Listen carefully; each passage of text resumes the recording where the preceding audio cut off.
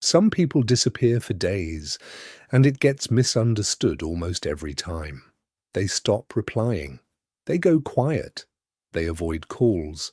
Messages stay unopened longer than usual. And from the outside, it can look cold, like they don't care, like they're ignoring people on purpose, like they suddenly lost interest in everyone around them. But a lot of the time, that's not what's happening at all, because emotional withdrawal is rarely just about other people. Sometimes it's what happens when a person becomes mentally overloaded for too long. And the strange part is, many people who disappear the most are actually the ones who feel things the deepest. They're not emotionally disconnected. They're emotionally overwhelmed. If you've ever vanished from conversations you wanted to continue, if you've ever stared at a message and felt exhausted before even replying, or if you've ever needed distance without fully understanding why. This pattern may explain more about your nervous system than your personality, because disappearing is not always rejection. Sometimes it's protection. A lot of emotionally overwhelmed people don't withdraw dramatically. They withdraw quietly, slowly, almost invisibly. First, they take longer to respond, then they reread messages without answering. Then even small social interactions start feeling mentally heavy, not because they hate people, but because every interaction begins to feel like emotional responsibility. And people usually misunderstand this part. They think social exhaustion only comes from talking too much, but often it comes from emotional monitoring, overthinking tone, trying not to disappoint people, wondering if someone is upset, trying to respond correctly, trying to maintain connection without creating conflict. For some people, every conversation becomes layered.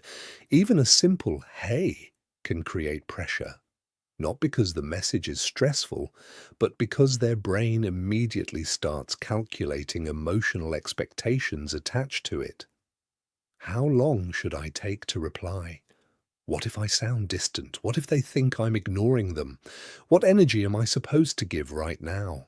And eventually, the nervous system stops seeing communication as connection. It starts seeing it as demand. That's when withdrawal begins. Not loudly, silently. A person tells themselves they'll reply later, then later becomes tomorrow, then tomorrow becomes 3 days. And the longer it goes on, the harder returning feels. Because now there's guilt attached to the silence. Now they're not just replying to a message, they're replying after disappearing. And emotionally, those feel very different. This is why many people who withdraw aren't avoiding people.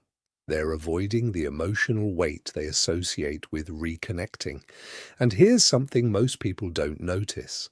A lot of emotionally withdrawn people are extremely emotionally aware, sometimes too aware.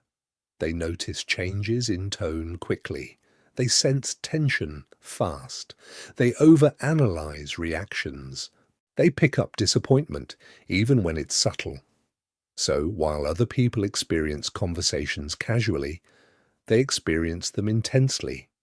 That intensity builds quietly over time, especially in people who learned early in life that emotional safety depended on reading the room correctly. Children who grow up around unpredictability often become highly emotionally observant adults, not because they want to, because they had to. They learn to monitor moods, notice emotional shifts, stay careful around reactions, avoid becoming a problem. And years later, that hyper-awareness follows them into normal relationships, even healthy relationships. They still feel responsible for emotional balance. They still feel pressure to respond the right way. And eventually, when emotional stimulation becomes too constant, their system shuts the door for a while. Not permanently, just long enough to breathe again. But here's where it gets interesting. Most people assume disappearing means someone feels too little. But many times it actually means they feel too much at once, too many conversations, too many expectations, too much emotional noise happening internally, and instead of expressing overwhelm directly, they retreat, because retreat feels safer than explaining exhaustion nobody can see, especially when they've spent most of their life feeling misunderstood already. Some people don't even realize they're overwhelmed until they disappear. That's how automatic the pattern becomes. Their body notices before their mind does. They suddenly stop responding, avoid social apps, ignore notifications, delay conversations they genuinely care about, not because they stopped caring, because their nervous system quietly hit its limit. And the difficult part is, many emotionally withdrawn people judge themselves harshly for this. They call themselves lazy, detached, bad at relationships, emotionally unavailable. But underneath those labels is often a person carrying constant internal tension, a person who never fully relaxes socially, a person whose mind stays alert even during casual interaction. That's exhausting over time, especially when someone has learned to hide their emotional overload instead of expressing it. So instead of saying, "I'm overwhelmed," they disappear, because disappearing feels easier than translating emotions they barely understand themselves. And sometimes the silence is not about avoidance at all. Sometimes it's recovery. Recovery from overstimulation, recovery from emotional masking, recovery from constantly being mentally present for everyone else. People often talk about physical exhaustion openly, but emotional exhaustion is harder to explain because nothing visible happened. No crisis, no dramatic event, just too much emotional processing happening quietly in the background for too long. And eventually, the brain responds the only way it knows how, by reducing input, by becoming unavailable temporarily, by pulling away from stimulation. That's why some people vanish after emotionally intense periods, after conflict, after social burnout, after too much closeness, even after positive experiences sometimes, because emotional intensity itself can become overwhelming, especially for people whose nervous systems rarely feel fully safe. And there's another layer people rarely discuss. Sometimes disappearing is connected to identity. Some people learned early that being emotionally needy made them feel guilty. So instead of reaching out when overwhelmed, they isolate. They handle everything internally. They disappear quietly so nobody has to deal with them. And over time, independence stops being a preference. It becomes emotional survival. But emotional survival patterns don't always look dramatic.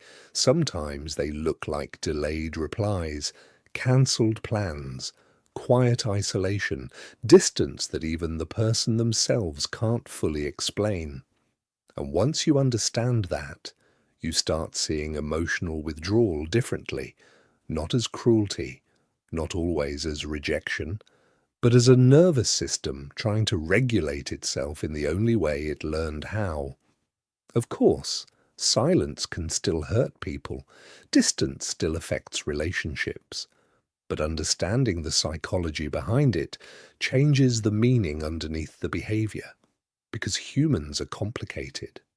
Sometimes the people who disappear the most are the same people who care the deepest. They just never learned how to stay emotionally connected without becoming emotionally overwhelmed. And once you notice that pattern, you start realizing something important. Not every absence is empty. Some absences are overloaded minds trying to become quiet again. It was never random. It was a pattern. And for a lot of people, that pattern started long before they even realized it existed. If this explains something you've noticed in yourself or someone else, there's always more beneath the surface. Human behavior usually makes sense once you understand what the